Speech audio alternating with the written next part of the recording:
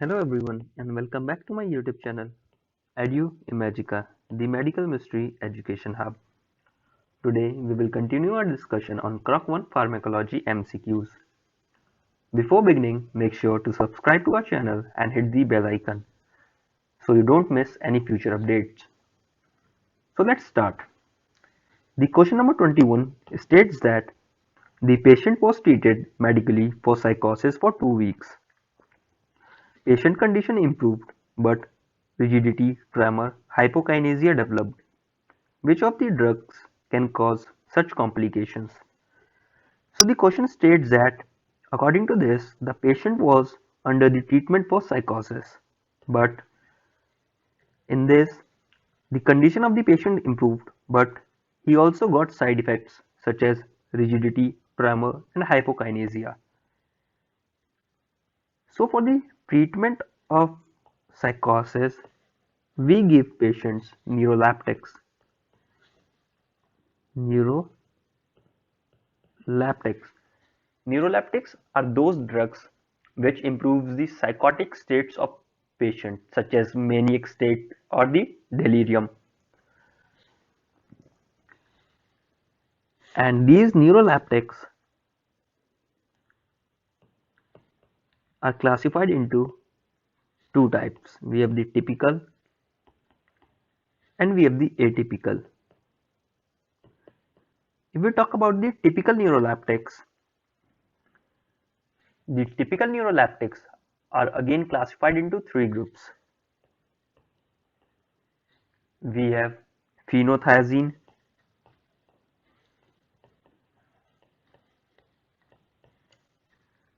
we have butyrophenones,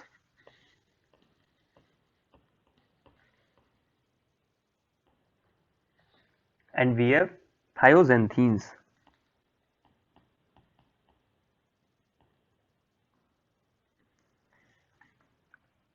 In the case of the phenothiazine, we have aminosene. Aminosene is also known as chlorpromazine, and we also have tryptazine. In case of butyrophenones, we have haloperidol and droperidol. Haloperidol and droperidol. In the case of thioxanthines, we have chlorprothiazine. What we have? We have chlorprothiazines. In case of the atypical, we have three group of drugs. First we have dibenzodiazepine,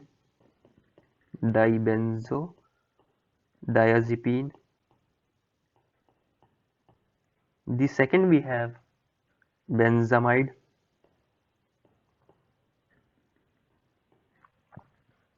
and the third we have benzysoxole.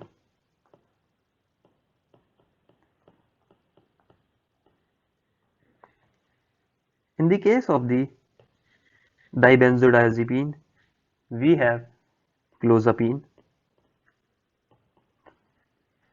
In case of benzamide, we have sulfide,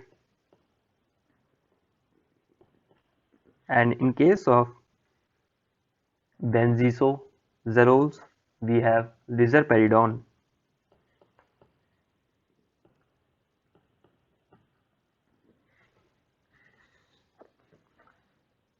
And in the question, we also got that the patient developed side effects such as rigidity, tremors, and hypokinesia.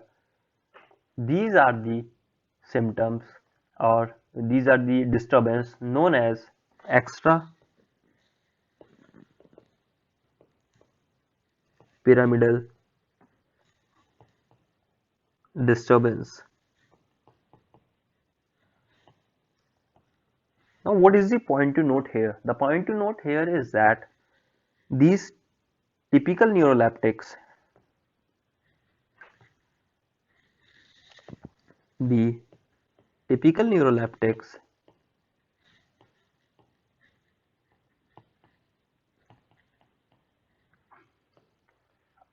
are the drugs which blocks the dopamine receptors such as D1, D2, D3 and D4. These block these receptors, and blocking of these receptors leads to extrapyramidal disturbance.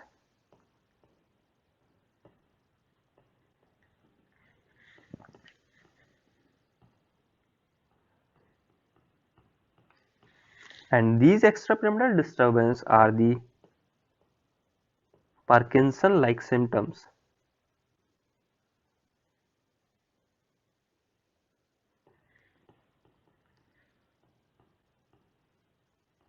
And this is caused due to the drug, so we call it as drug Parkinsonism.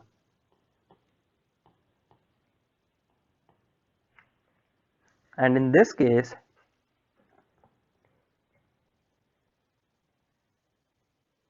as in the classification, we can see that here in the case of the typical neuroleptics, we have aminosene. These aminosene, what they do that they blocks the dopamine receptors preference for the D2 mainly, which prevents interaction of dopamine to the receptor, and that further decrease in the intercellular response. So how this takes place?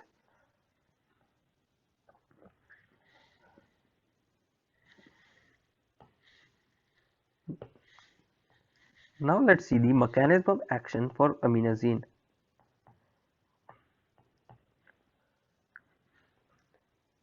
Suppose in this case we have a nerve ending,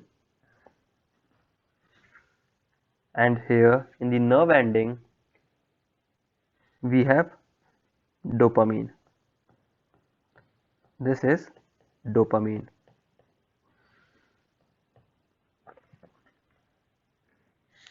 And on the postsynaptic membrane we have dopamine receptor. What we have?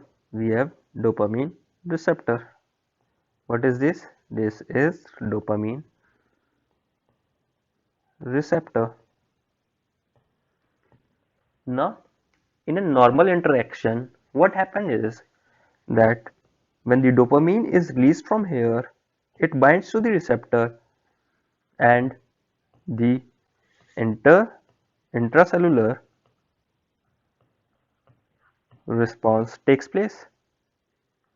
But when we give patient aminosene or the neuroleptics, what they do is that they bind to the receptor instead of the dopamine. They not only bind to the receptor, they also prevent the binding of dopamine to the receptor. So if they prevent the binding of dopamine to the receptor, and instead of letting the dopamine to bind to the receptor, they bind to the dopamine receptor at the postsynaptic membrane. And when they bind to the receptor, these dopamine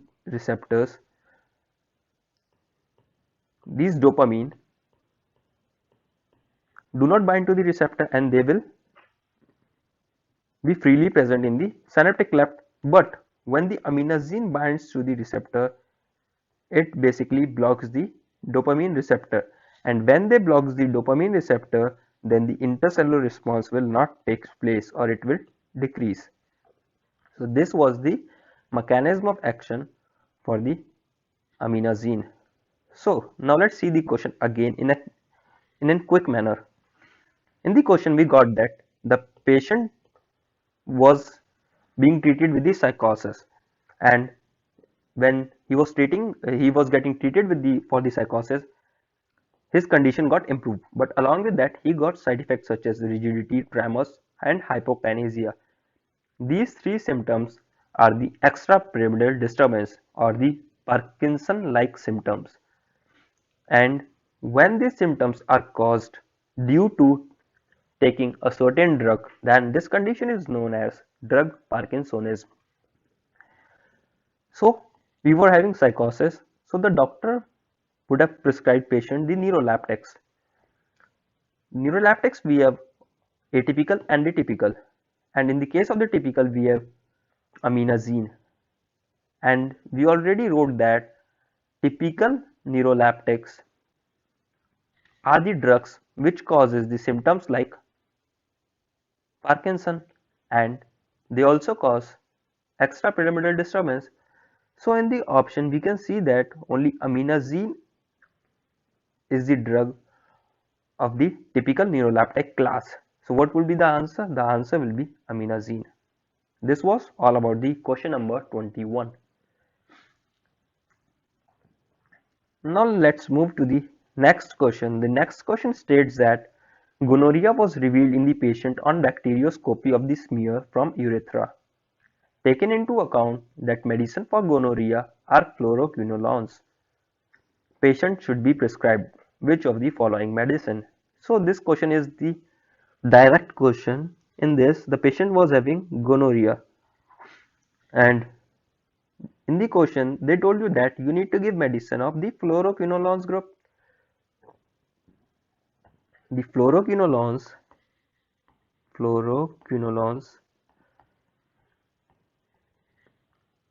are basically quinolones,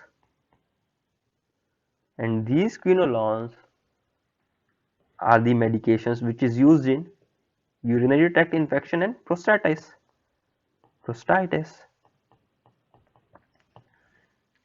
And what are the example of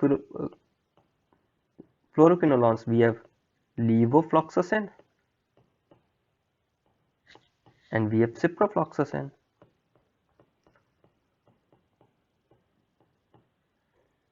So what will be the answer? The answer will be ciprofloxacin. The point to note over here is that these fluoroquinolones are contraindicated in case of pregnancy. In a pregnant woman, we don't give fluoroquinolones.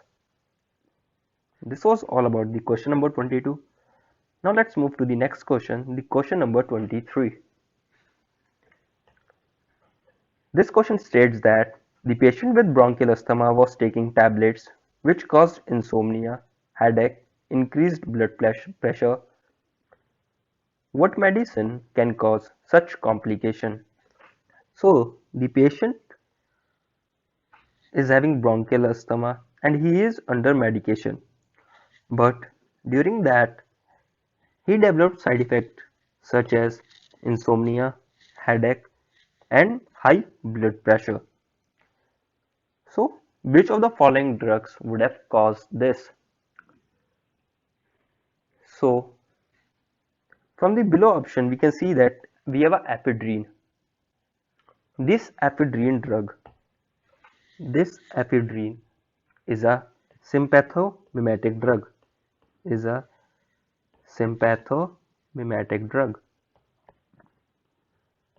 also known as adrenomimetic.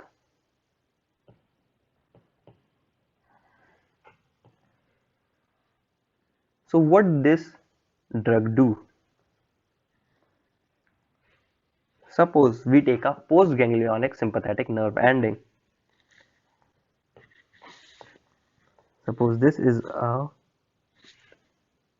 postganglionic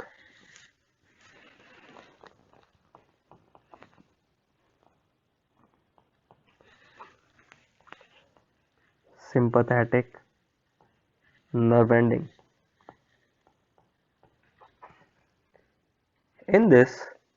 Inside this we have norepinephrine. What we have norepinephrine,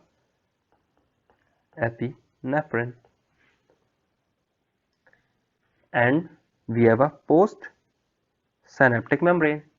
On the post-synaptic membrane we have alpha and beta adrenoreceptor. We have alpha and beta adrenal receptor.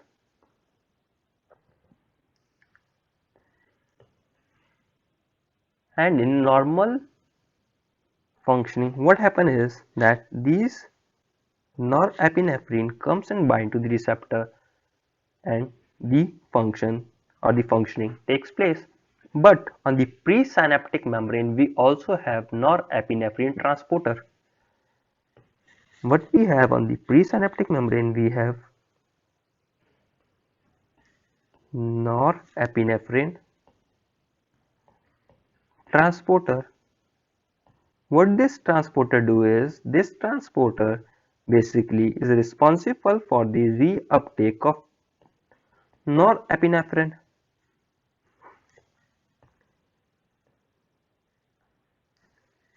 And this reuptake of norepinephrine is also responsible for the further metabolism of norepinephrine. Now, if we prescribe the patient with the ephedrine drug,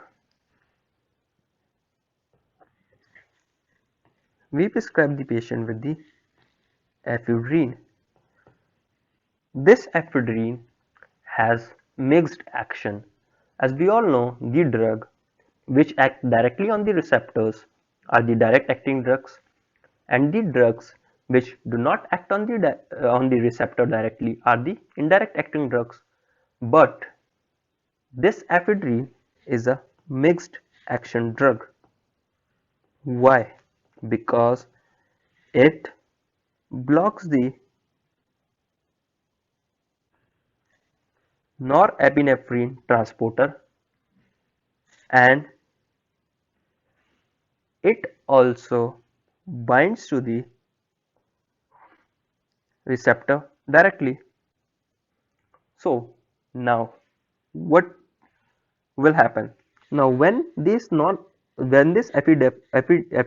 will block the norepinephrine transporter, this transporter will not take place, and when this transporter will not take place, we will have high amount of norepinephrine in the synaptic cleft, and when we will have the high amount of norepinephrine in the synaptic cleft, it will bind more to the receptor, and when it will bind more to the receptor, the functioning of the sympathetic nervous system will increase.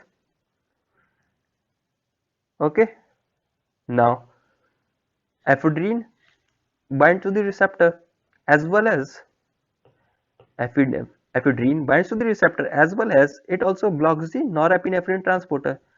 When it blocks the norepinephrine transporter, this dopamine will not go back into the synapse, and when it will not go back, then it will remain here in the high amount in the synaptic cleft, and it will bind more and more to the receptor, and when it will bind more and more to the receptor, then it will lead to the increase in the sympathetic nervous system activity. Now this ephedrine can cross blood-brain barrier, so it is also known as CNS stimulant. What it is known as? It is also known as CNS stimulant.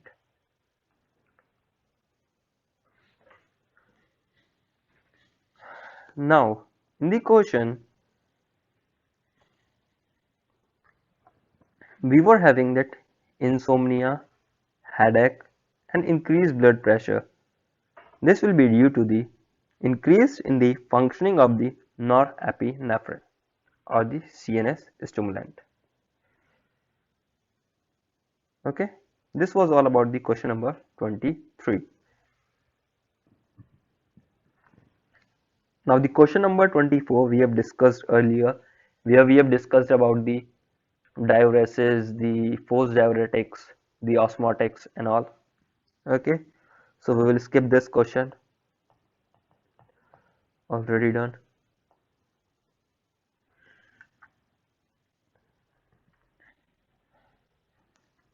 Now come to the question number 25. The question number 25 states that ascarid egg have been detected during stool analysis. In the stool analysis, we get to know that the patient is having ascarid X. So, we must be thinking of the disease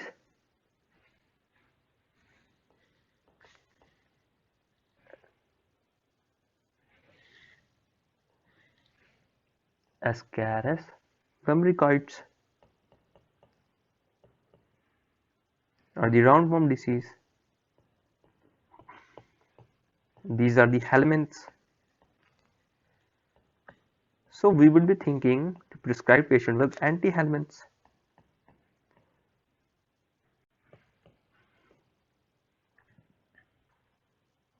Okay, so the drug of choice in this case, in the case of the anti-helminth drugs, there are two most famous drugs, that is mebendazole and albendazole.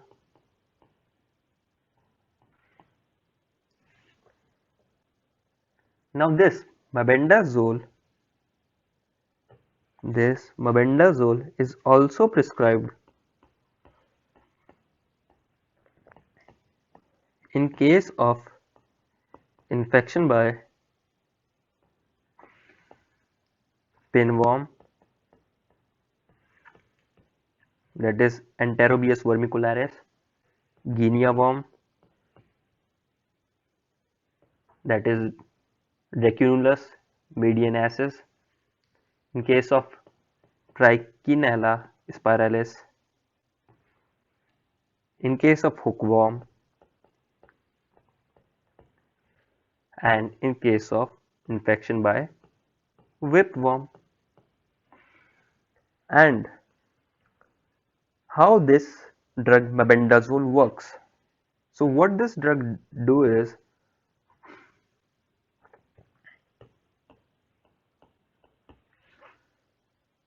this drug basically inhibits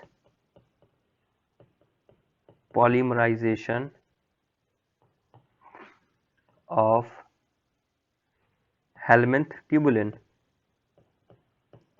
helminth protein known as tubulin.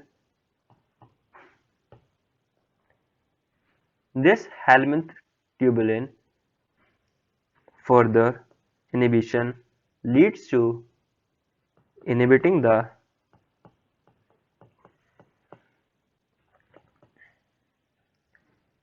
synthesis of microtubule in worm,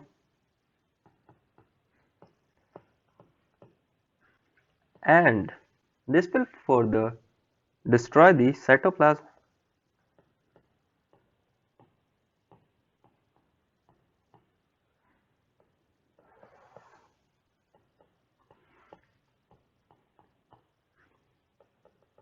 This will block the cytoplasm microtubule in the intestinal cell, and this will lead to the destruction of helminth. So this was the mechanism of action for the mebendazole. So this was all about the question number 25. Now let's move to the next question, the question number 26. The question number 26 states that a patient suffering from misthenia has been administered prozerine. After its administration, the patient has got nausea, diarrhea, twitch of tongue, and skeletal muscles. What drug would help to eliminate the intoxication?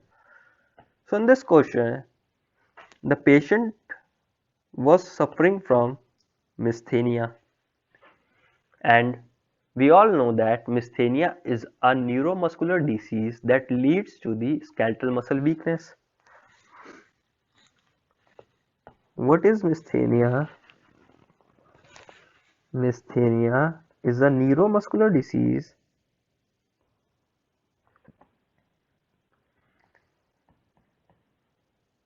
lead to skeletal muscle weakness, and in this case the patient was given prozerine. We We have read about the Prozarin in the case when we have the like toxicity or the poisoning by the atropine. So in that case, we prescribe two drugs. First we prescribe is physostigmine, and when we don't have physostigmine in the priority, we give him neostigmine, and we all know that neostigmine is also known as Prozarin. So after we gave patient the Prozarin, he got side effects such as nausea, diarrhea, twitch of tongue, and skeletal muscles.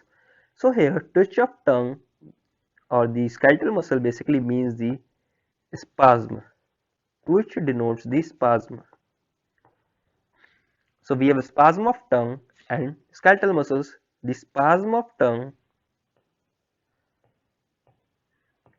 is also known as lingual dystonia. Dystonia is basically, dys means disturbance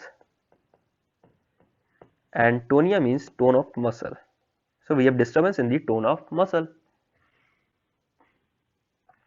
Now, we all know that myasthenia is a neuromuscular disease that leads to the skeletal muscle weakness. But what exactly happens in this case is that in the case of the myasthenia, this is an autoimmune disease which results in, like, this is a autoimmune disease. What happen is that in this case we developed antibody against the nicotinic acetylcholine receptor. We developed antibody against nicotinic acetylcholine receptor at the junction between nerve and muscle, or the neuromuscular junction, and this prevents the transfer of nerve impulse from triggering the muscle contraction. Okay, and in this case the immunoglobulin which attacks are, we have Ig, G1 and Ig, G3. Okay, they attack the acetylcholine receptors in the postsynaptic membrane by the help of the complement system. Okay,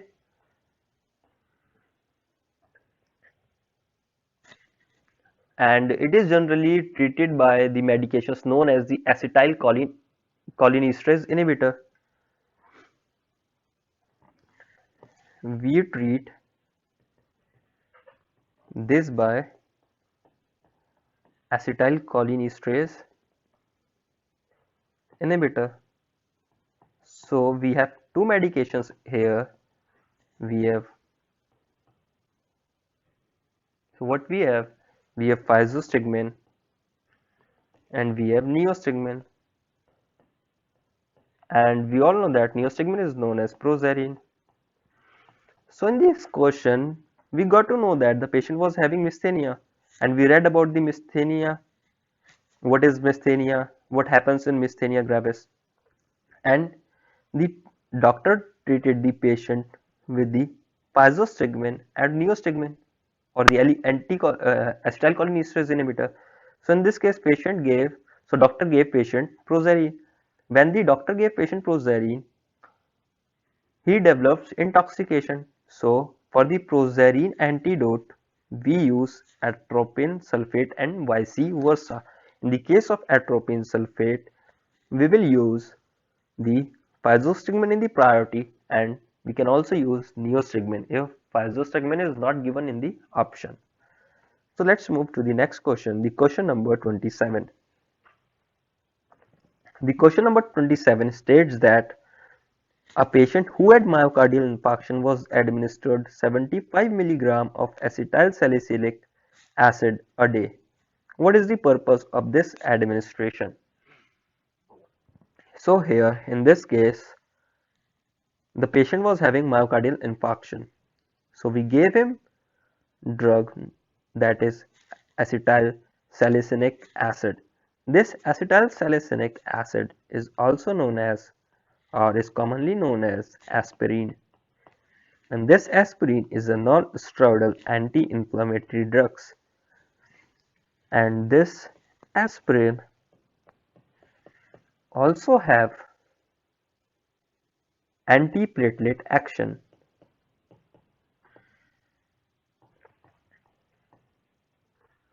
What it does that it inhibits the COX-1 in blood platelet,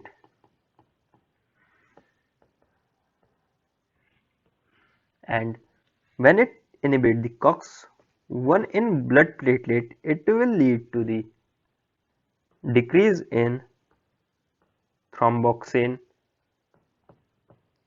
A2. This thromboxane A2 will result in the inhibition of platelet aggregation. Inhibit platelet aggregation, and this will normalize the blood viscosity and prevent the formation of thrombus. And if we give this aspirin in high dose,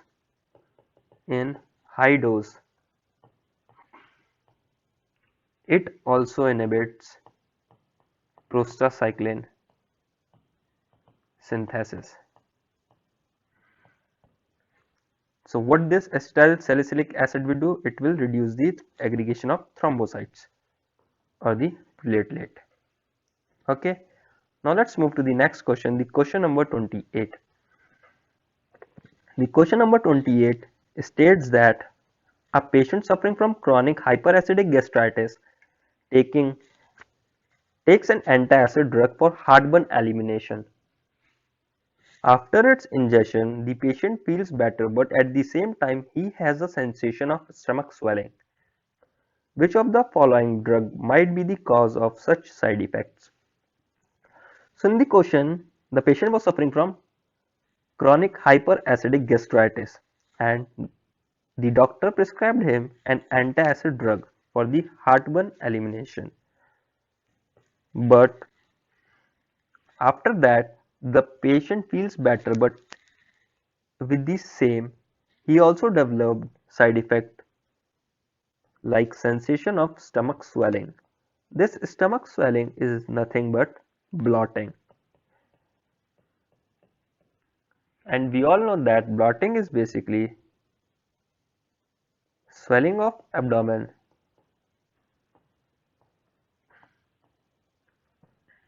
by gas or fluid.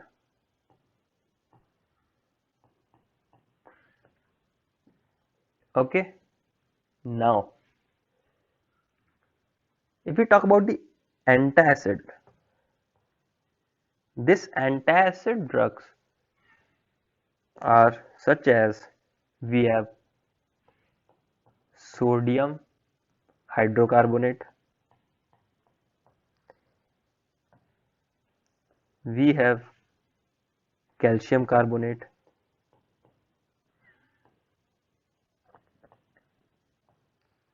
we have magnesium hydroxide,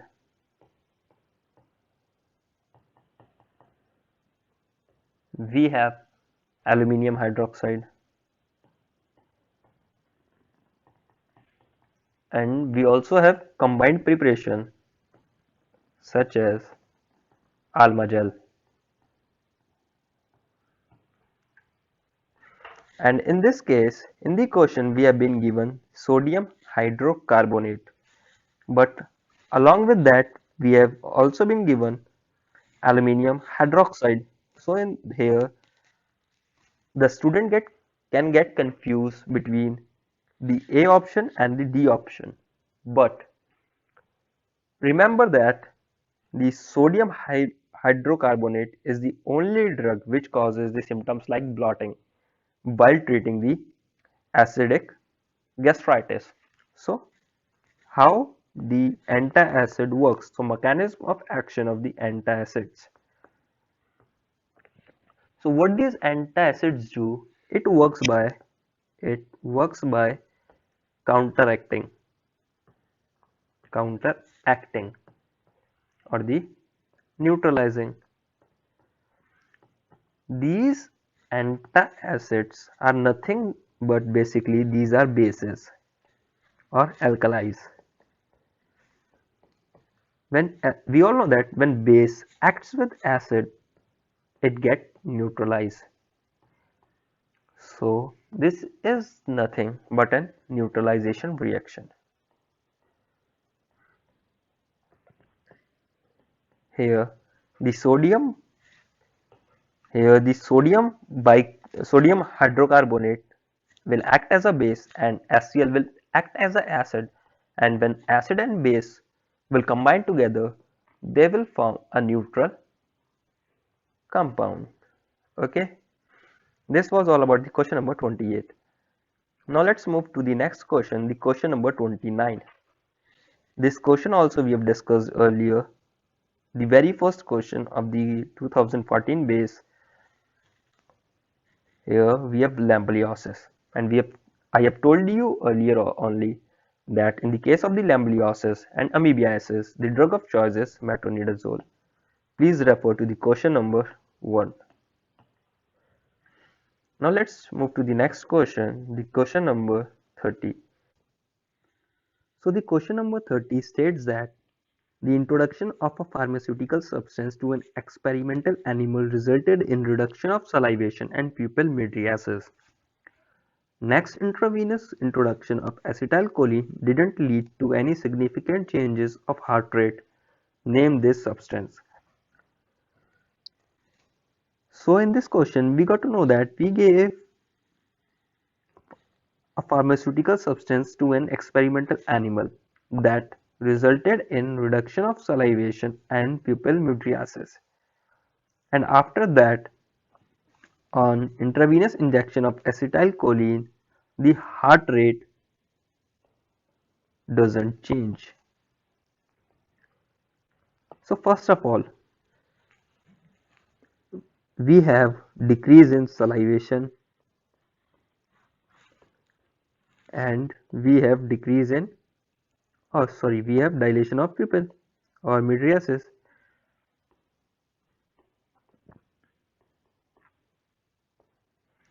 Okay, now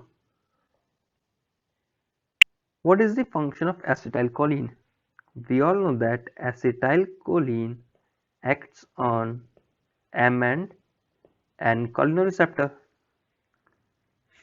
and here in the question we are talking about heart. So on heart we have presence of M2 receptor. Suppose this is M2 receptor. Now when acetylcholine binds to the receptor, that is M2 receptor, it stimulates the M2 receptor. Acetylcholine stimulates the M2 receptor, and when M2 receptor gets stimulated, it leads to the decrease in heart rate. Okay, but in the question it is given that when we give patient intravenous injection of acetylcholine, the heart rate doesn't get changed. So it will be due to a drug or class of drug known as cholinoblockers.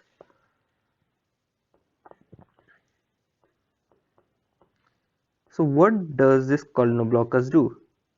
This M cholinoblockers basically binds to the receptor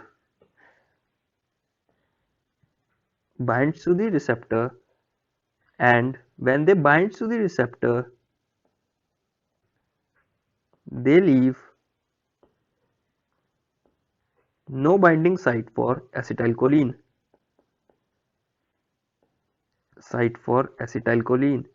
And when no acetylcholine binds to the M2 receptor, it doesn't get stimulated and we have no significant change in the heart rate.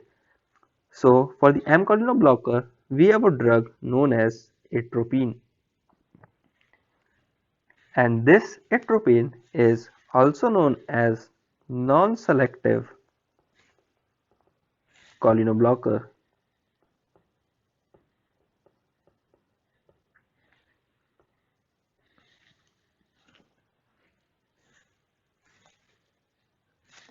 So this was all about the question number 30. Now let's move to the next question, the question number 31. This question states that continuous taking of a drug can result in osteoporosis, erosion of stomach mucous membrane, hypokalemia, retention of sodium and water, reduced content of corticotropin in blood. Name this drug. So a patient was taking a certain drug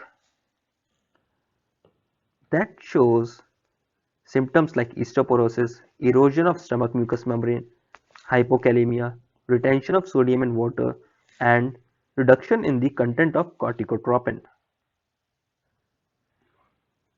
Now, to understand this, we must go back to the Cox and Lox pathway.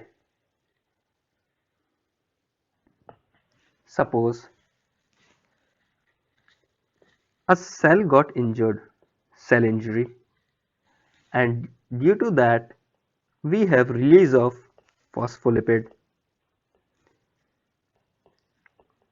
This phospholipid, with the help of an enzyme that is phospholipase A2,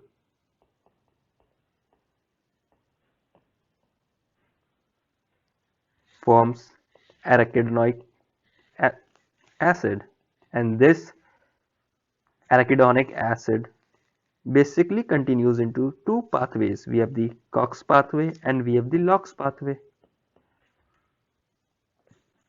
And we all know that the drug that inhibits the Cox pathway are non-steroidal anti-inflammatory drugs, and the drug which inhibit Lox pathway are anti-leukotriene drugs.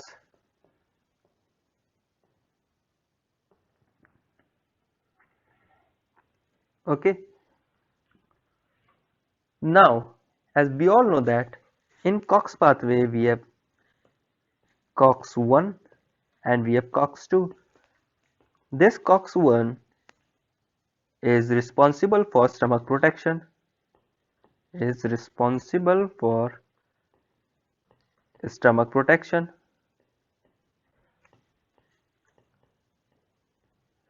If we will block this pathway, then if we block the COX pathway, then it will lead to the erosion of stomach wall. Okay, now in the question we have symptom like erosion of stomach mucous membrane. So in this case we have a class of drug that is known as corticosteroid.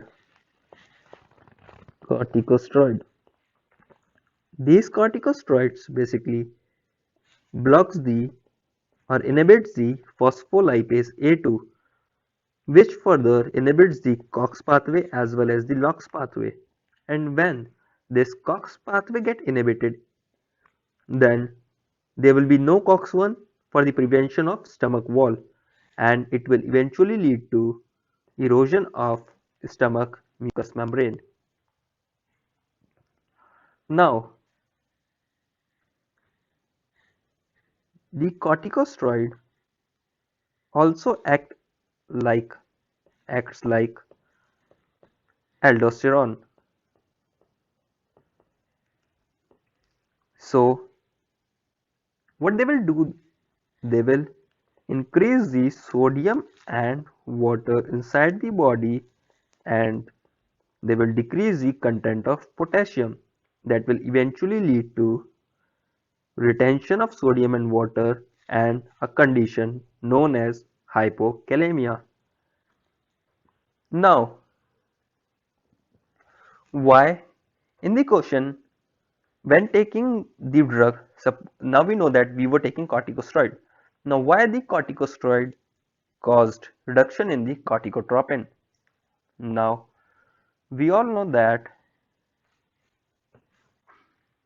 we have anterior pituitary,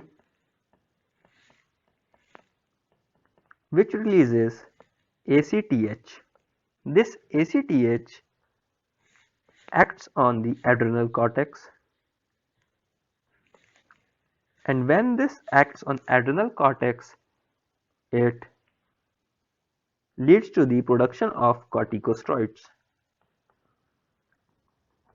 Now, when we have excess of corticosteroid in the blood, they send negative feedback to the anterior pituitary,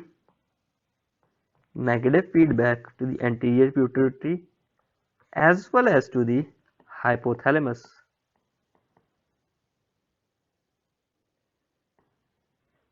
Okay. Now, once they send the negative feedback to the hypothalamus and anterior pituitary, they will decrease the release of ACTH, and that will eventually lead to the inhibition of adrenal cortex and decrease the content of corticosteroid in blood. Now, why this condition happened? So, we were taking corticosteroid artificially. So, when we will take corticosteroid artificially,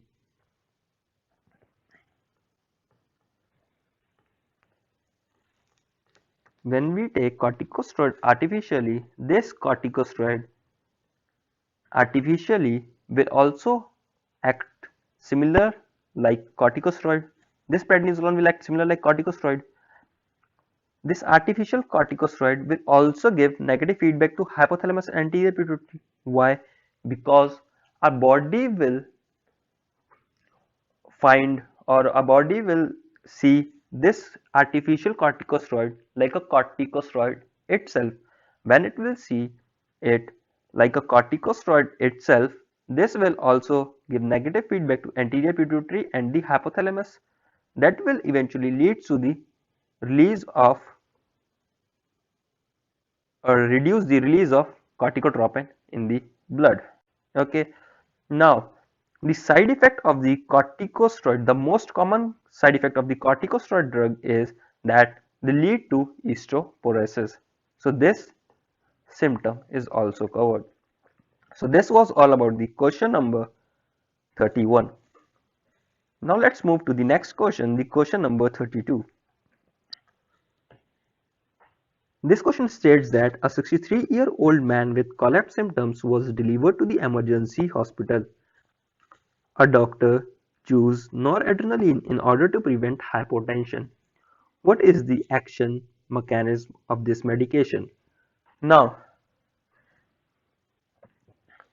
this states that a patient was delivered to the hospital with the collapse symptoms, and the doctor gave him noradrenaline to prevent hypotension.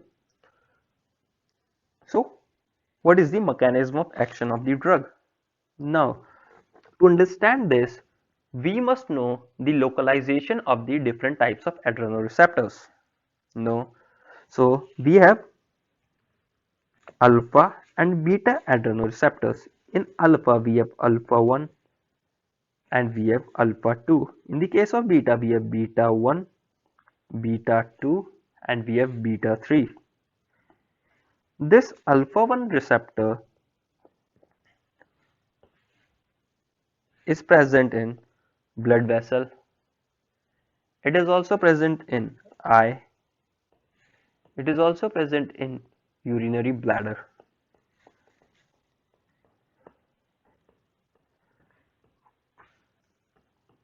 Alpha 2 receptors are present in presynaptic membrane of sympathetic neuron. Beta 1 on heart, beta 2 on blood vessel and bronchi, and beta 3 on mast cell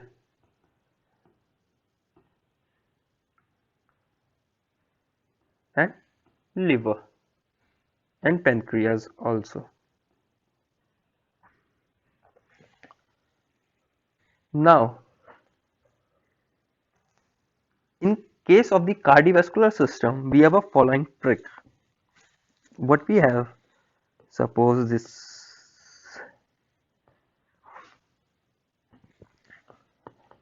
we have that alpha receptor is responsible for constriction, whereas beta receptor causes dilation on activation. Alpha receptor causes constriction and beta receptor causes dilation. This trick is only for cardiovascular system. Okay, that is blood vessel.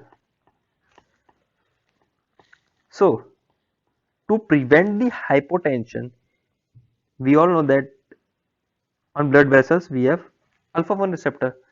So, A causes constriction and B receptor or the beta receptor causes dilation. So, alpha receptor will cause constriction of the blood vessels,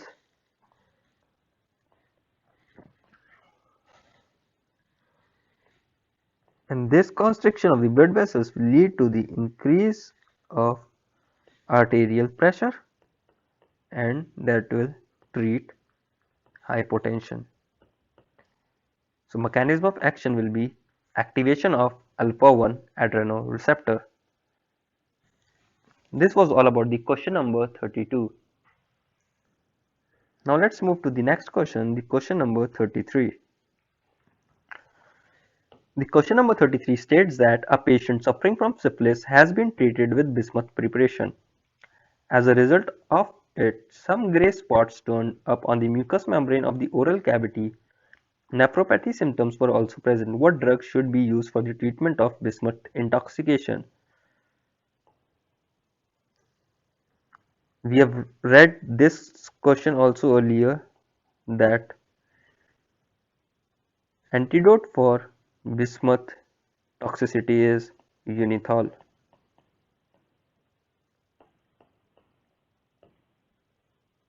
Okay, antidote.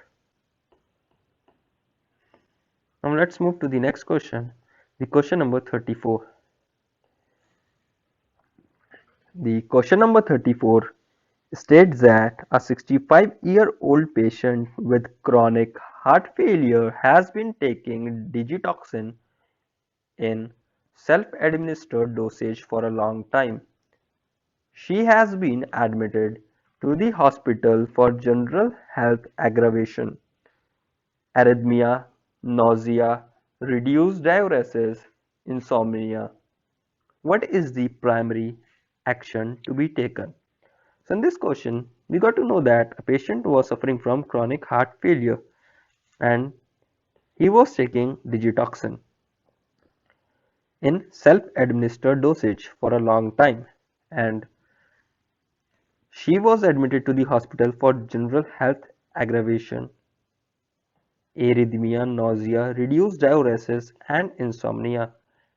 What is the primary action to be taken? So in this case, basically, a patient was suffering from the chronic heart failure or the chronic cardiovascular insufficiency, and in this case, we gave him digoxin or digitoxin. So basically, digitoxin or digoxin overdose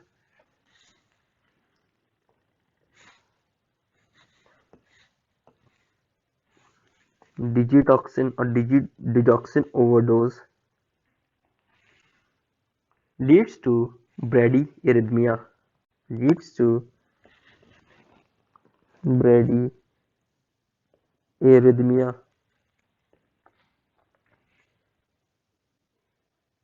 Okay, and we all know that digoxin, it is a vagomimetic drug.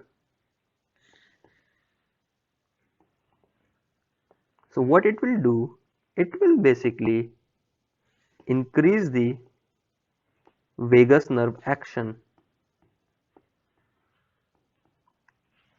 and that will eventually lead to the decrease in heart rate.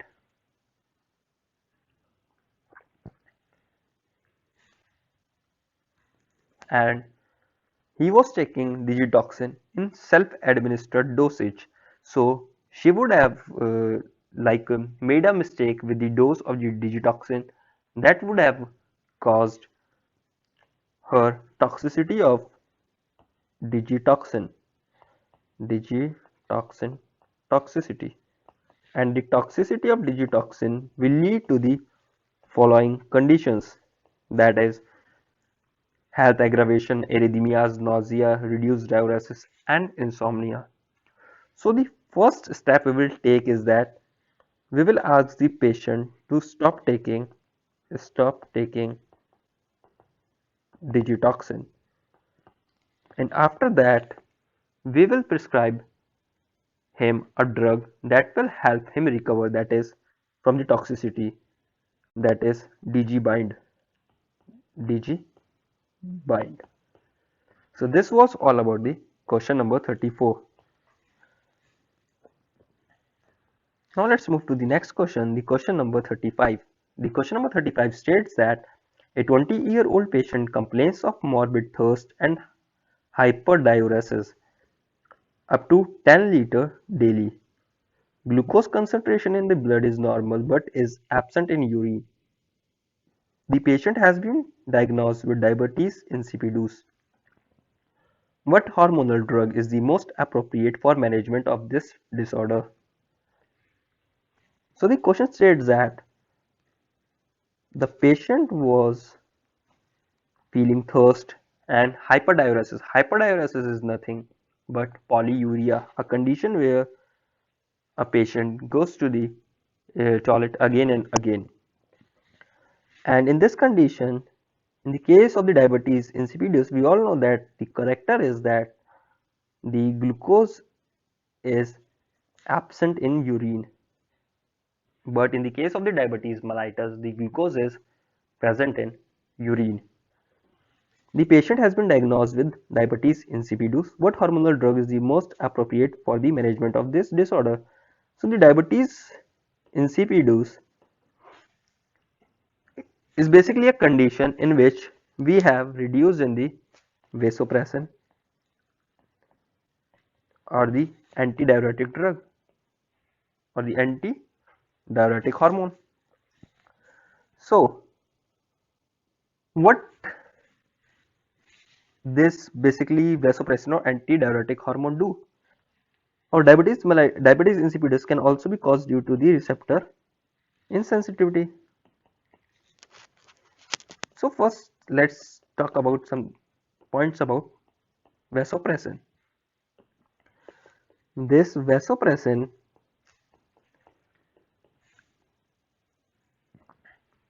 is basically produced by hypothalamus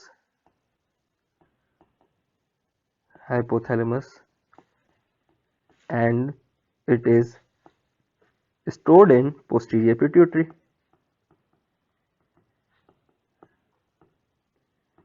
It is produced by the hypothalamus and stored in posterior pituitary, and from posterior pituitary it goes into the blood circulation.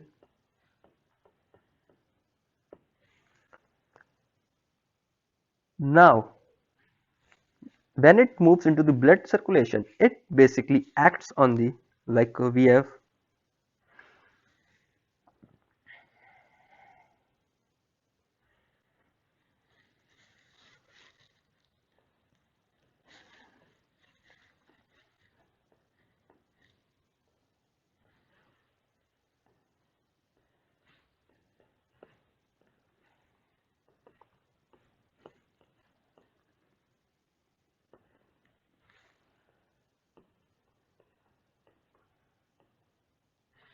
it basically acts on the collecting duct.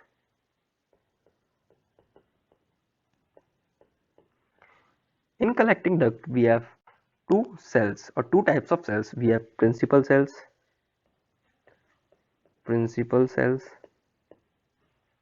and we have intercalcated cells.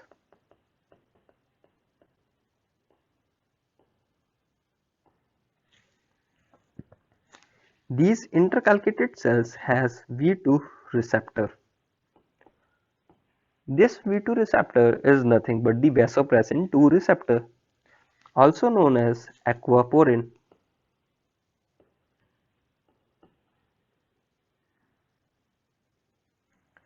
This receptor on stimulation increases the water reabsorption. But we all know that in case of diabetes insipidus, we have reduced amount of vasopressin. So if we will have low amount of vasopressin, then this receptor will get stimulate less. The stimulation of this receptor will decrease. So if the stimulation will decrease, then the water reabsorption will also decrease. So it will cause eventually lead to polyuria. And when polyuria will takes place, it will stimulate the thirst center,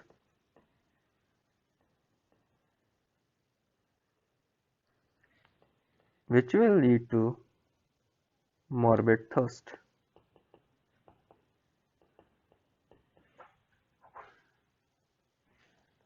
Okay, so what we will give the patient to treat diabetes insipidus, we will give him artificial vasopressin. Okay, now let's move to the next question, the question number 36. The question number 36 states that a patient has myocardial infarction with thrombosis of left coronary artery. What pharmacological preparation group should be used to re-establish blood flow?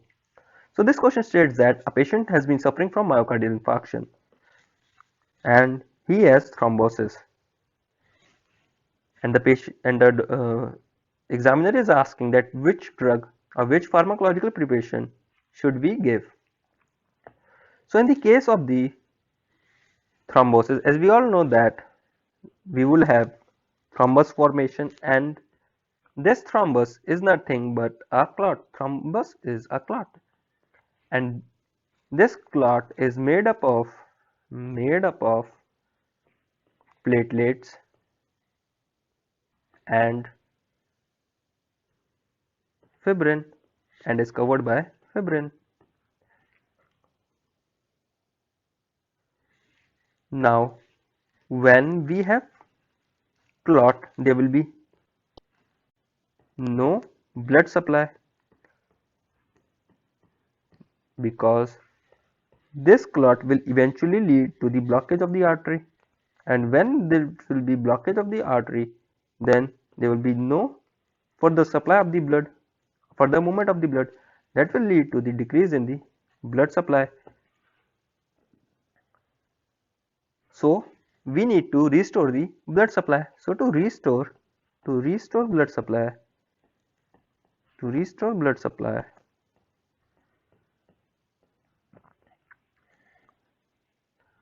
what we will choose? We will choose thrombolytic drug, or the fibrinolytic drug.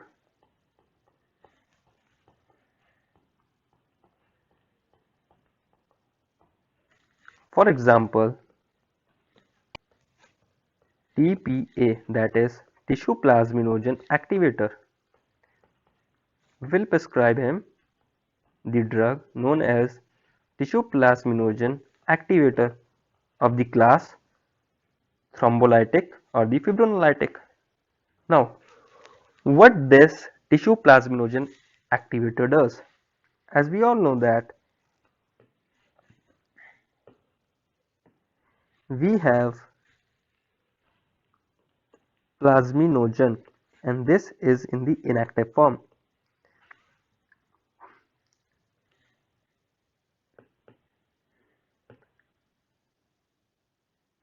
And when fibrin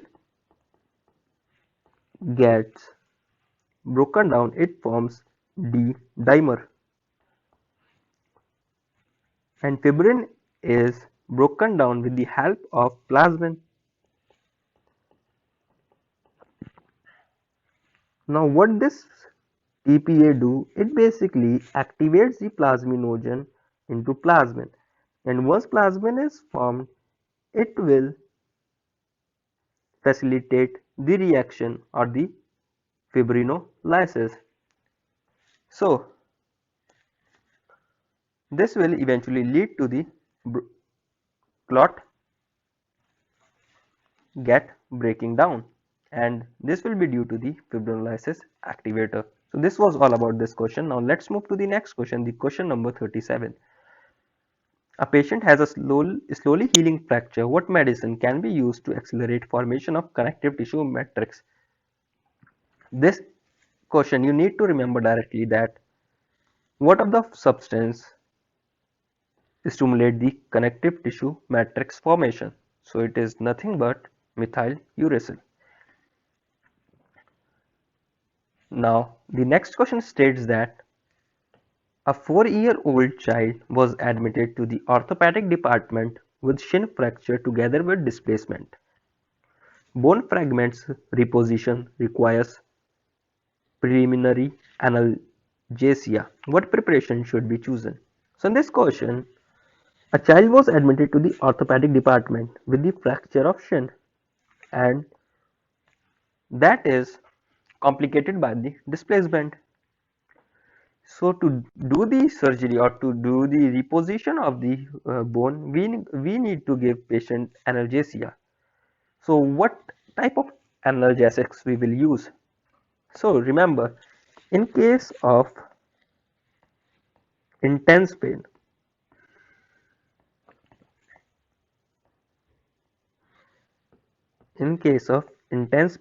we give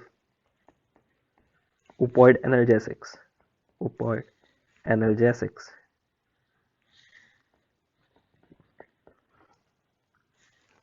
In the question, we have like the patient is having fracture with the displacement, and in the case of the fracture with the displacement, he would be having intense pain.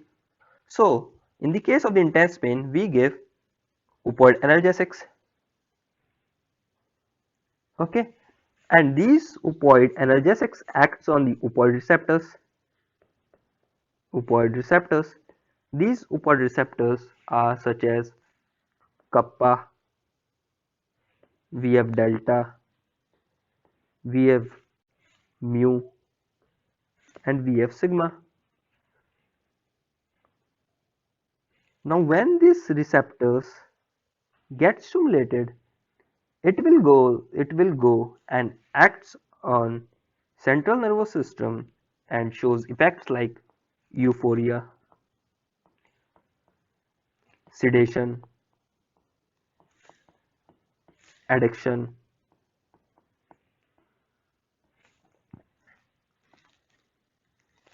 decrease in pain or inhibition of the nociceptive system, decrease in sympathetic flow, and antitussive action.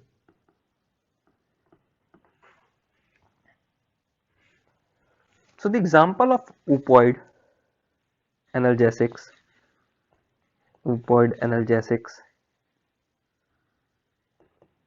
are we have morphine, we have codeine,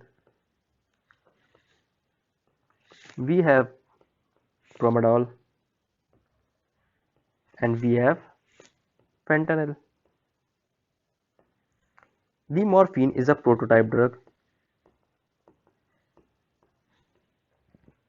Codeine is best antitussive. Promadol is best analgesic.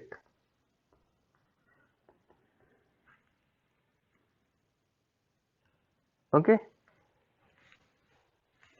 So remember one thing, that promadol is best analgesic and it is preferred over all opioid analgesics. Promadol is preferred over all opioid analgesics.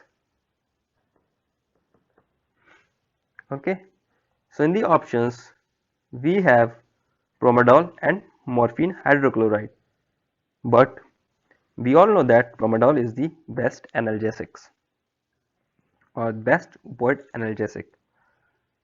So this was all about this question number 38. Now let's move to the next question, the question number 39.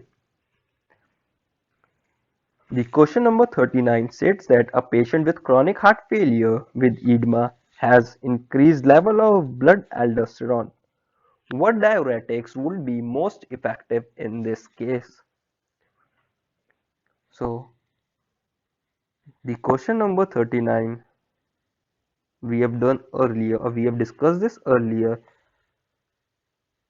in the very first video. Please refer to question number 9. Now let's move to the next question, the question number 40. The question number 40 states that a patient was diagnosed with active focal pulmonary tuberculosis. What drug should be prescribed in the first place? So the patient was suffering from the tuberculosis. So what drug should we give him to treat tuberculosis? So the first line drug for tuberculosis are we have isoniazid, we have rifampicin,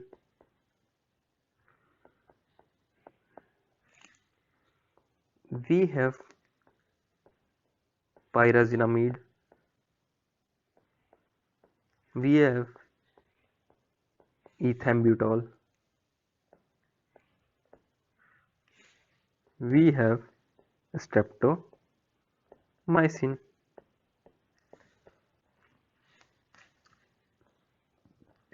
So among these 5 we have isoniazid in the option. So what we will say that we will prescribe him isoniazid, that is the first line drug for the tuberculosis. But in the Krok they will ask you questions based on the side effects of these drugs.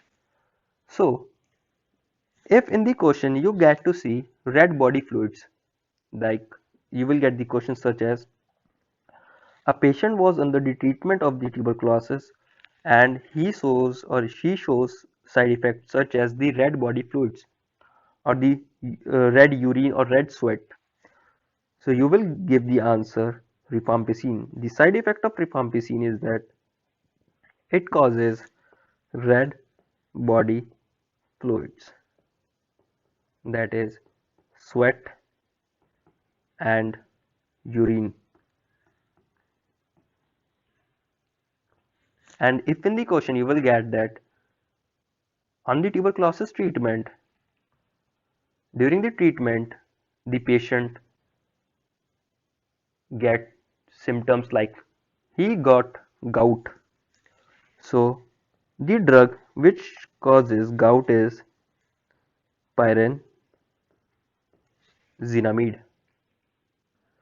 Now if in the question you get that the side effects leads to ototoxicity or the problem with the hearing, ototoxicity or the problem with the hearing, so this would be due to the streptomycin.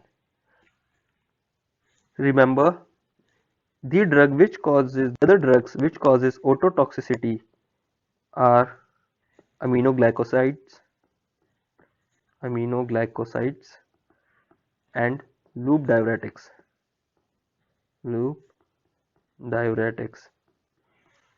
And in the case of the isoniazid, you will get side effects such as neuropathy or neuritis. Okay, so this was all about the question number 40. Now let's move to the next question, the question number 41. So the question number 41 states that what drug will be most appropriate for the patient who has chronic gastritis with increased secretion. So the patient is having chronic gastritis with the increased secretion of the GIT or the stomach. So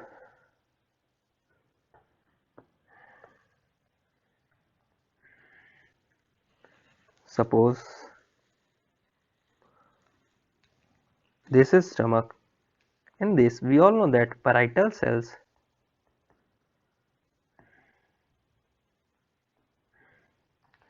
secretes HCl.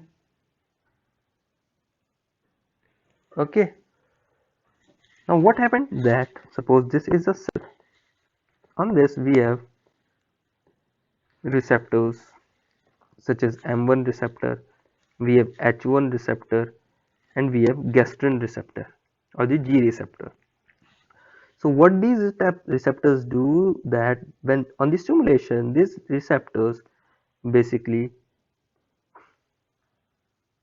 transmit the signals to the secondary messengers, as we know that the secondary messengers are calcium and CAMP. These secondary messengers will promote the formation of protein kinase, and these protein kinase will form proton pumps, and this proton pump will transport the hydrogen or the H plus ion or the proton into the stomach lumen and take the potassium in. Now when this H plus will come into the lumen, it will combine with the chloride and it will eventually lead to the formation of HCl. So to stop this, we can give patient M-choline blocker.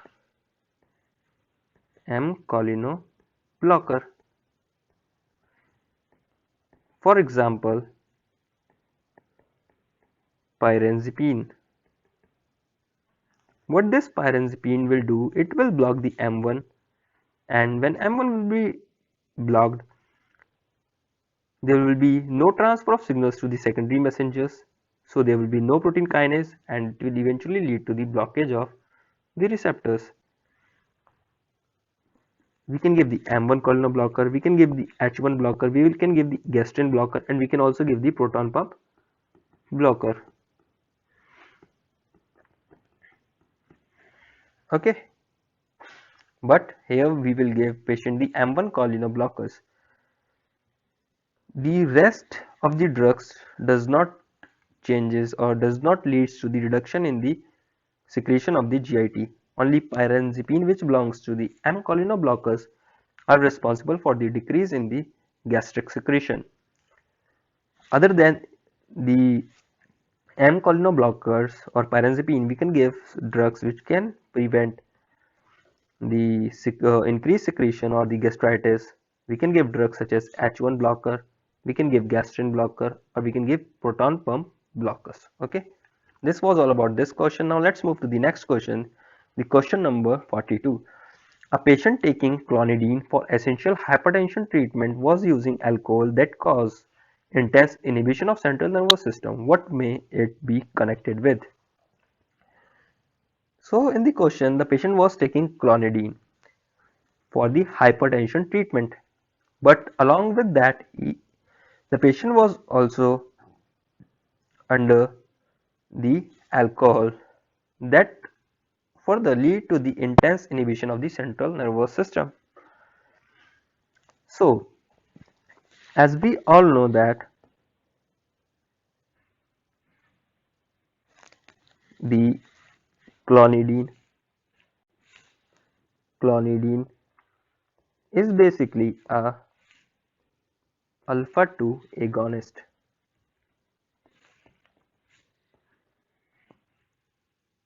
Okay, now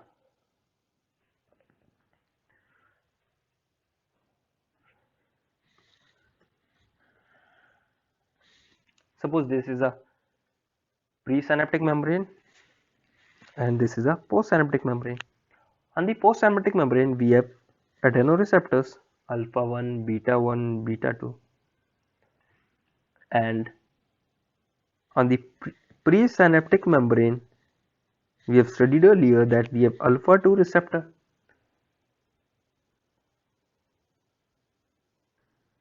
Okay, now These alpha 2 receptors, what it do that, suppose we have neurotransmitter. This neurotransmitter comes into the synaptic cleft and act on alpha 1 or the beta 1 or beta 2 receptor. So these alpha 2 receptor reduce the release of the neurotransmitter. How it reduces the release of the neurotransmitter? So what they do is that they take the neuroreceptor back into the presynaptic membrane. This acts like a, not exactly a negative feedback, but it acts like a negative feedback. How? Suppose in the synaptic cleft we have increased in the neurotransmitter. Now this alpha 2 receptor will it will get stimulated. Why? It will tell the presynaptic membrane to release less neurotransmitter, as neurotransmitter in the cleft is already in high amount.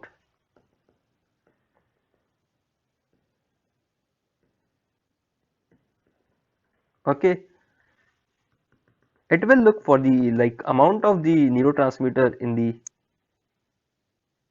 synaptic cleft, and it will give the negative feedback, or basically inhibits the release of the neurotransmitter back into the synaptic cleft.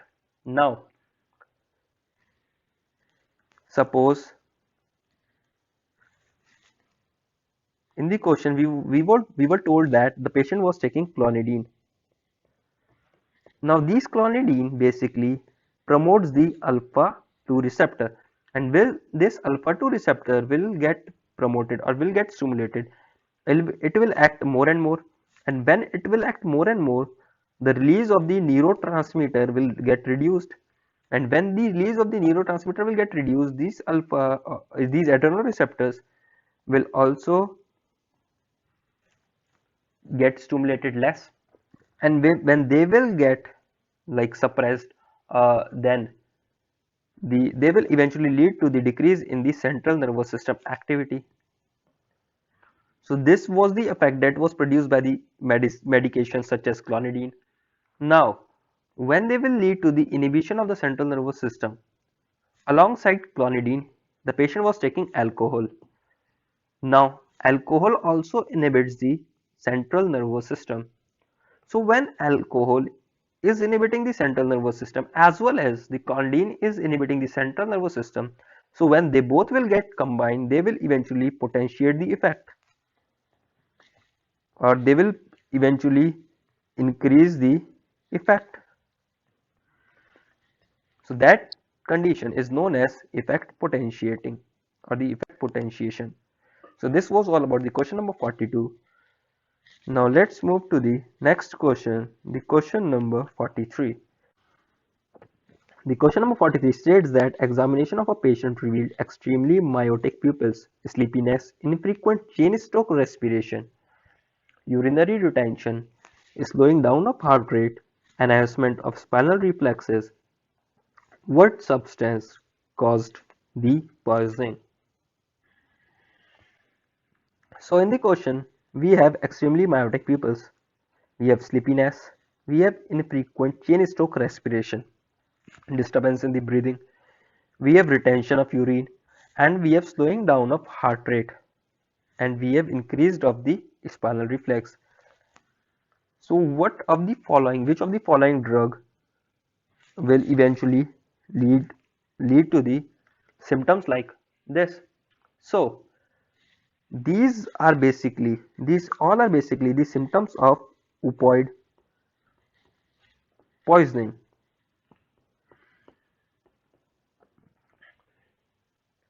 So we will look for the opioid drug among these. So we see that there is morphine, and morphine is a opioid analgesic.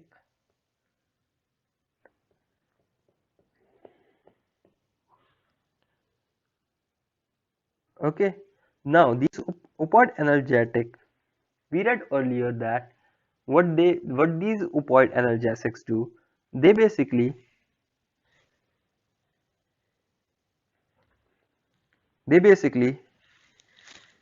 inhibit the sympathetic nervous system activity. Okay, now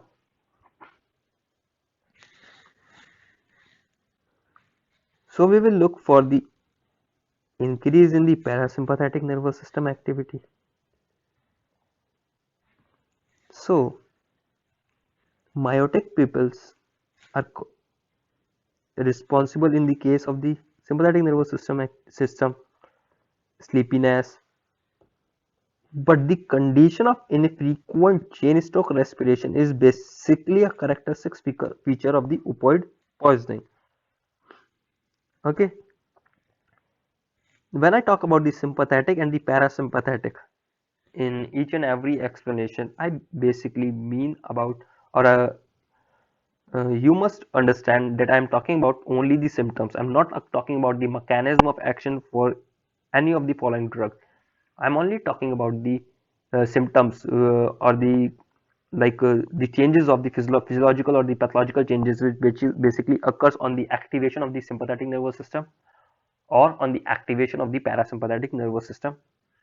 Okay, so these all are the symptoms of the opioid poisoning, and in the opioid poisoning we can look for in the option about the opioid drug. So we get morphine, and in this case we can give antidote known as naloxone for the treatment of the following symptoms. Okay, so this was all about the question number 43. Now let's move to the next question, the question number 44. The question number 44 states that a patient suffers from diabetes mellitus. After the irregular insulin injection, his condition grew worse. There appeared anxiety, cold sweat, tremors of limbs, general weakness, and dizziness. What preparation can eliminate these symptoms? So in the question, we got to know that the patient was having diabetes mellitus, and in this, the patient took insulin injection. After taking the injection, the condition grew worse, and it shows the following symptoms. These symptoms are basically the symptoms of hypoglycemia.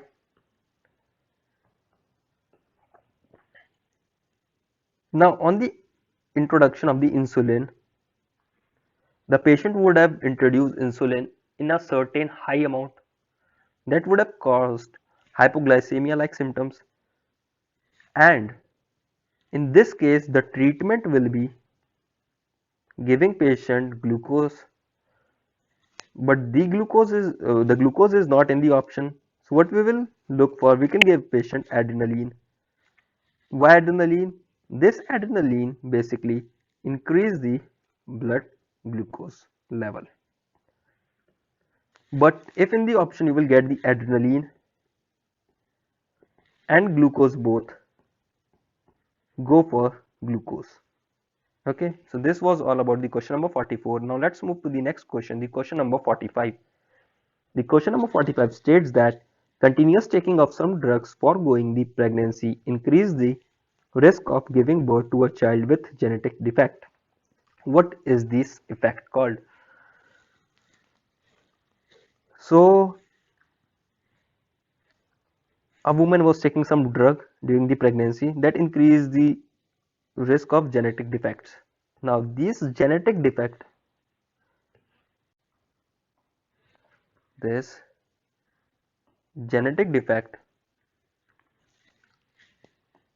means nothing but mutation.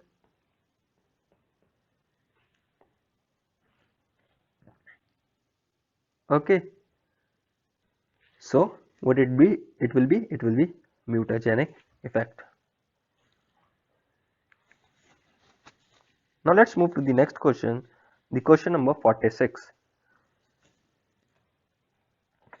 A doctor administered a patient with allergic dermatitis a H1 histamine blocker as a complex part of treatment. Name this medication. This question also we have discussed earlier. That would be, I think, question number 2 or question number 3. So you can refer to the question number 2 or question number 3 in the previous video. Now what we have loratadine. Loratadine is a non-narcotic antihistaminic drug,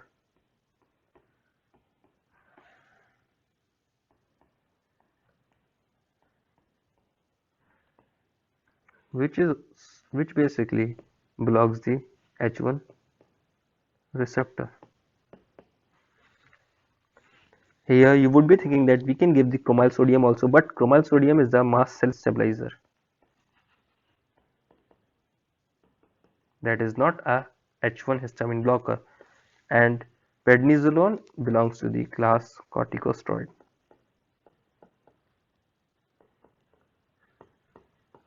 Okay, so we need to look for H1 blocker, so we will prescribe him loratadine. Now let's move to the next question. The question number 47. A 19-year-old woman suffers from primary syphilis. Doctor administered her complex therapy that includes benzyl penicillin sodium salt. What is the mechanism of action of this drug? Just remember this directly, that mechanism of action of benzyl penicillin is that it basically blocks the synthesis of peptidoglycan of the bacterial cell wall. So how does that? Suppose we gave patient penicillin. We all know that penicillin is a cell wall inhibitor, cell wall synthesis inhibitor. So it is bactericidal drug or a bactericidal antibiotic, and cell wall of bacteria is made of peptidoglycan. So it will basically block the synthesis of peptidoglycan of microbial membrane. Okay, now let's move to the next question. The next question states that a 65-year-old female patient suffers from chronic renal insufficiency accompanied by evident edema caused by chronic glomerulonephritis. What diuretics should be administered for forced diuretics? This question also we have studied earlier. Please refer to the question number 9 in the previous video. The forced diuretics are nothing but the loop diuretics.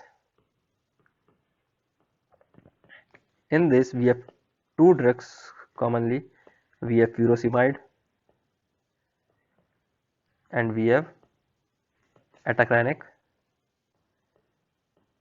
acid. Furosemide is also known as Lasix. Okay, please refer to the question number 9. Now let's move to the next question. The question number 49 states that a patient suffering from chronic coronary artery disease had taken a certain drug many times a day in order to arrest tenocardia attacks. Overdose of this drug finally caused intoxication that lead to cyanotic skin and mucous membrane, dramatic fall in the arterial pressure, tachycardia, and respiration inhibition. Blood has increased concentration of methemoglobin. The drug the patient had taken relates to the following group. So the patient was suffering from chronic artery disease and he took a certain drug that to arrest the cyanocardia attacks, but the overdose leads to toxicity and it causes cyanotic skin membrane, dramatic fall in the arterial pressure, tachycardia, and respiration inhibition. And it also has increase in the concentration of methyl hemoglobin. So what would have taken place over here? So here basically the organic nitrates, what we have organic nitrates. First of all, in the question we have chronic coronary artery disease, so there would be a clot or something like blockage of the artery. Suppose this is a artery, and here is a certain clot. So due to the clot, the blood supply will be reduced, and when the blood supply would be reduced, then they will be reduced in the oxygen.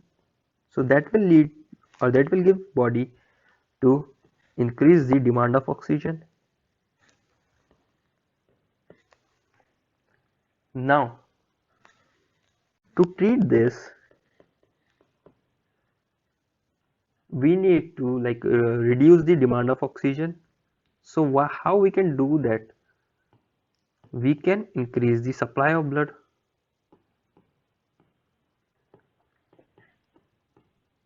So for that we can give vasodilator.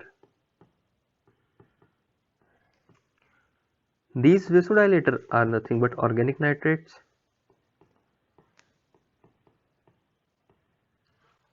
These contains nitric oxide. This nitric oxide causes vasodilation, and that will lead to the increase in blood supply.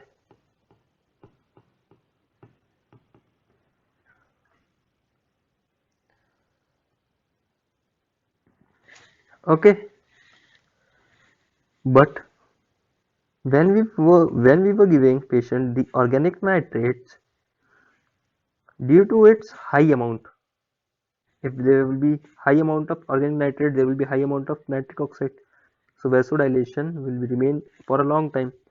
So when there will be vasodilation for a long time, that will lead to the decrease in the blood pressure, and if there is increase in the blood supply, that will cause tachycardia. Okay, now you can do the question by some other method also.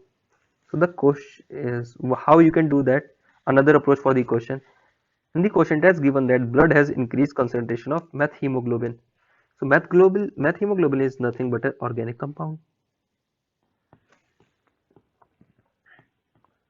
And in this question, it was given that he was taking some drug that leads to the toxicity.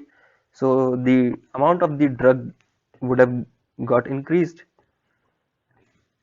So, and that caused the increase in the methemoglobin. So the answer is nothing but the organic nitrates. Now let's move to the next question, and the last question for the today, the question number 50. The question number 50 states that a child was born asphyxiated. What drug must be administered to the newborn to stimulate breathing? Remember this question directly. You need to remember this question directly. In the case of asphyxiation in the newborn, you need to administer ethimazolum to stimulate breathing.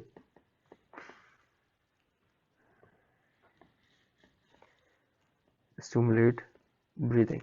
Okay. This was all about today, and in the next video we will discuss from the question number 51. Till the time being, please, if you have not subscribed to our channel yet, then please do hit the subscribe button and click on the bell icon so you don't miss any future updates. As I can see that only 39% of the viewers have subscribed to my channel till time. So please do hit the subscribe button and do support. Till the time being, this was all about today. The end. नमस्ते, फिर मिलेंगे.